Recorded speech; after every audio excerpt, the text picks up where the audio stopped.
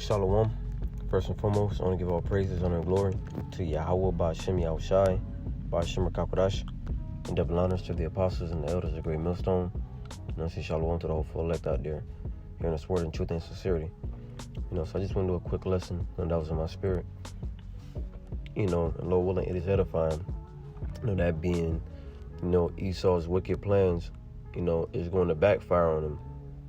Because Esau, Edom, is fully persuaded in his mind that, he's going to establish this, new world order, and he's gonna live, the rest of his life. These elites, they believe they're gonna live the rest of their life, all right, having, quote unquote humanity, under control, because that's what everything is about. What's going on right now, the control of the food, all right, the control, the depopulation agenda. It's all about control.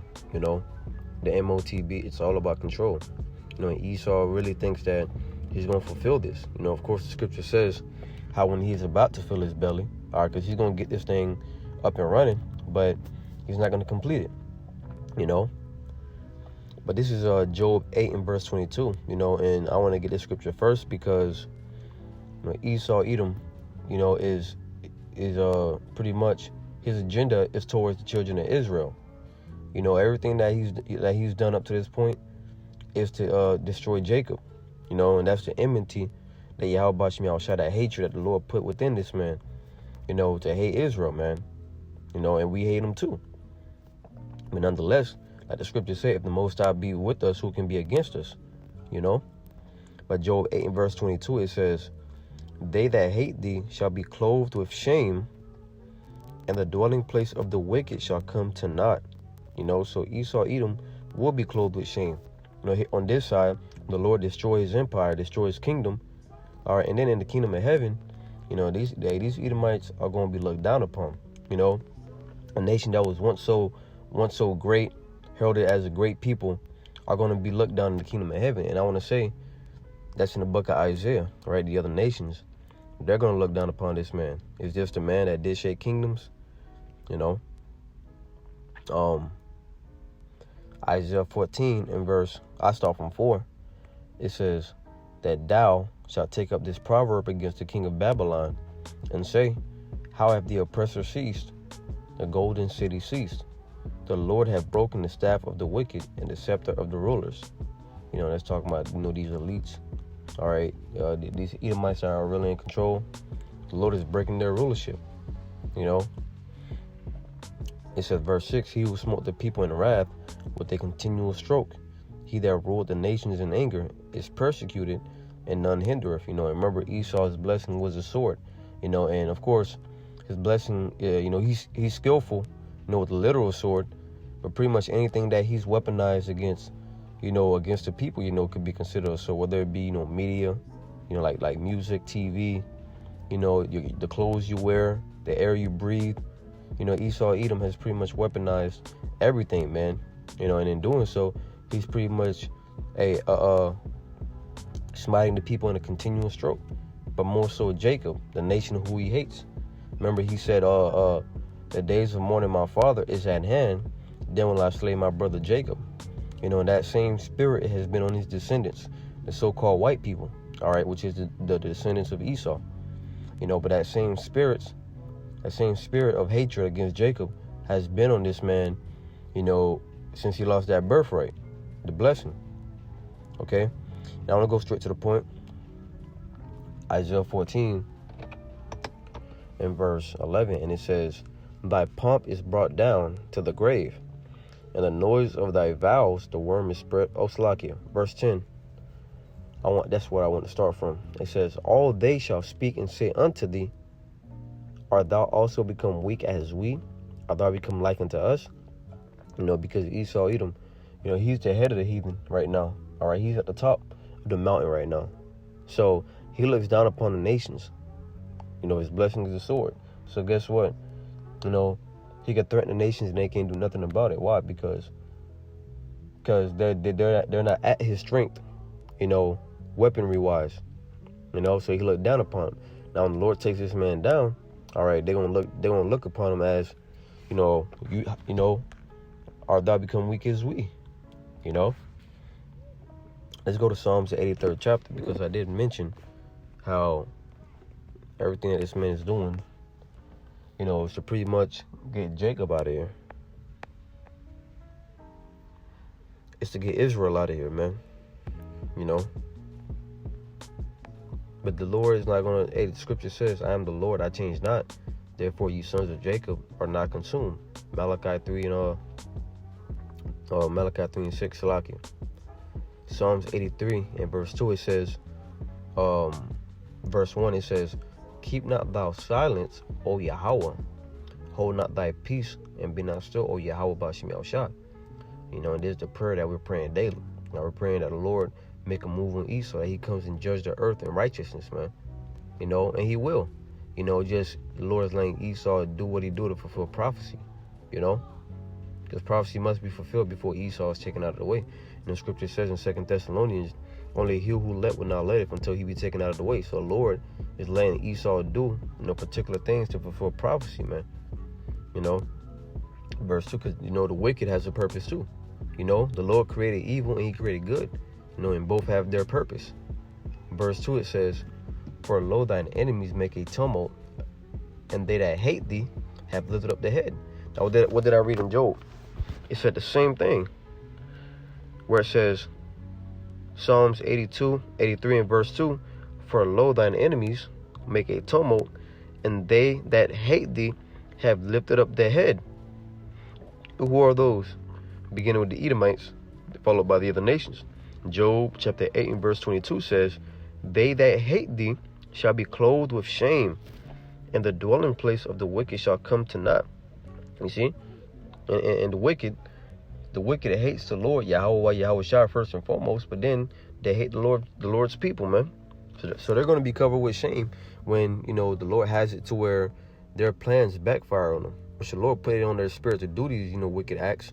The Lord is in control of all things, but the Lord's going to have it backfire on them, Verse 3, it says, they have taken crafty counsel against thy people, and consulted against thy hidden ones. Who are the hidden ones? The Israelites.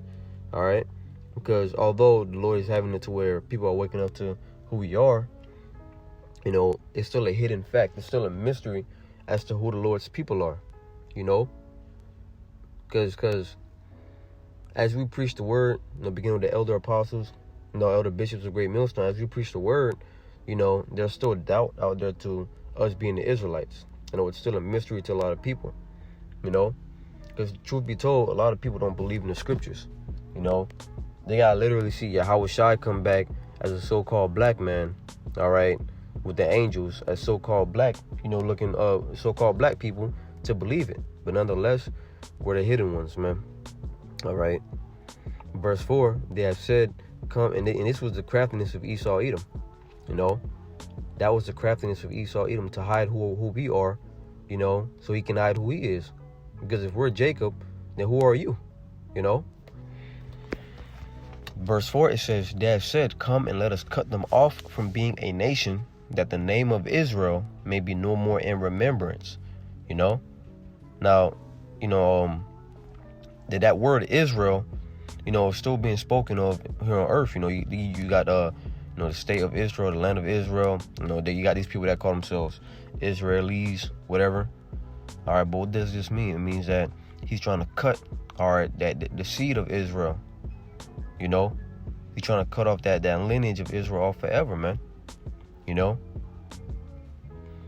First he had to hide who we were, and later on just cut us off as a nation. And this is what's in the imagination of Esau, man. And for you Israelites that want to save this, man, you're wasting your time. Because first and foremost, if the Lord has ordained this man to be destroyed, what do you think you can do? Verse 6, it says, the tabernacles of Edom. See, Edom, or the so-called white man, is the first on this list. Why? Because he's the chief enemy of Israel. He's the chief enemy of the Most High. All right, it says, and Ishmaelites of Moab and the Hagarenes, the so-called Arabs, all right, and the so-called Chinese, and it goes on with the list. But all the heathen are against us, man. You even have that account in the book of Ezra where the heathen was coming against, Jake building the temple, because they knew that if that temple was to be built, it'd be a problem. They didn't want Jake to have that power. But nonetheless, we're in these times building that spiritual temple through the spirit and power of Yahweh Shem Yahushua. As we preach the word, preaching the word means what? We're building that spiritual temple. All right. Each elect member, whoever they may be, is a stone, is a lively stone. Each elect member is a lively stone, and the temple is being built, and you got people, those by the likes of Vocab Malone and other demons out there, trying to halt the building, trying to hinder the building, man. And that's why this dude is constantly making videos, fervently coming against the Israelites, because he's trying to tear down what's being built. All right, and that's out of hatred. That's not out of love. It's only so long that you can put on that facade of love. I love you this, I love you that. No, man, that's hatred. You gotta, you know what I'm saying? If you love somebody, of course, it's gonna come a point to where, you're trying to correct them for their mistakes. All right, but there's gonna come a point where you say, all right, enough is enough, and just leave them alone. But this guy is fervently coming against, the Israelites, and that's hatred. And what did Yahushua say? Yahushua said, to shake the dust off your feet. So I show you that dude is not following the scriptures. He's a hypocrite. Because if he was really here sincerely, he would say, all right, I've been to 3 of these camps already, and mind you, Vocab Malone has been to damn near every Israelite camp. Ain't nobody listening to this dude. But the dude is fully persuaded that he can overthrow the Israelites. But he's a necessary evil that Yahweh Shem Yahushua is going to take out pretty soon. Okay. This is Ezekiel 36 and verse 5, and it says, "Therefore, thus saith the Lord power, surely in the fire of my jealousy have I spoken against the residue of the heathen, and against all Idomia." All right, Idomia being who? The Edomites, because that's the way you say Edom in Greek. All right, Idumean. It says, "Which have appointed my land into their possession with the joy of all their heart." You see, because the Lord did not give them that land. They appointed themselves into that land via the Balfour Declaration, man. They went into that land themselves, and they're not the rightful people of that land. The rightful people of the land is so-called blacks, Latinos, Native Americans. Of course, the Lord kicked us out of that land, but that was still the land that the Lord gave unto our forefathers. It says, with the spiteful minds to cast it out for a prey. What are they doing in that land? They're doing all manner of abominations, man. All right, you having pink city parades, all right, kosher pork, different abominations in the land of Israel, man. You see? So them people, they don't respect the land of the Lord. They don't respect the Lord, period. All right? Verse 6, it says, "Prophesy therefore concerning the land of Israel, and say unto the mountains, and to the hills, to the rivers, and to the valleys, thus saith the Lord power, behold, I have spoken in my jealousy, and in my fury, because ye have borne the shame of the heathen." And we have, man. All right, we've become a laughing stock to all the world.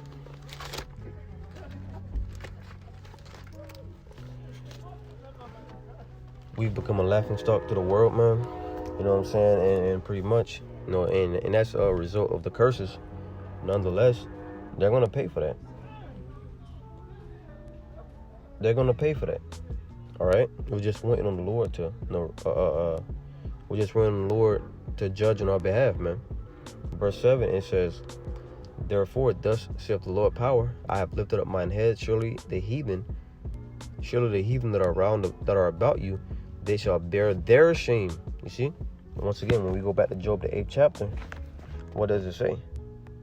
Because this is what the whole lesson was based off of right here. This one scripture right here. "They that hate thee shall be clothed with shame, and the dwelling place of the wicked shall come to naught." You see?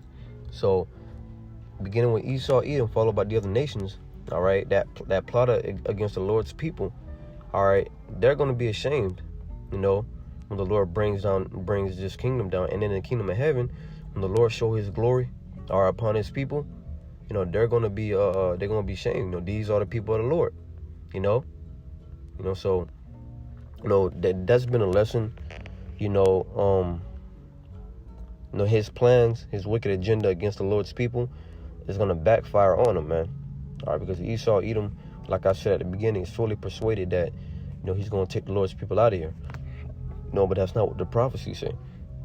The prophecy say how he's gonna lose, how the Lord's gonna destroy his beast system. All right, how he's gonna be, in the kingdom of heaven a slave, and then after his slave period, the whole nation of Edom is gonna be destroyed, man, and rightfully so. All right, so Lord willing, this video is edifying to the elect. I want to give all praises, honor, and glory to Yahweh Ba'Shem Yahushai, Ba'Shem Kakodash, and double honors to the apostles and the elders of Great Millstone, and shalom to the whole full elect.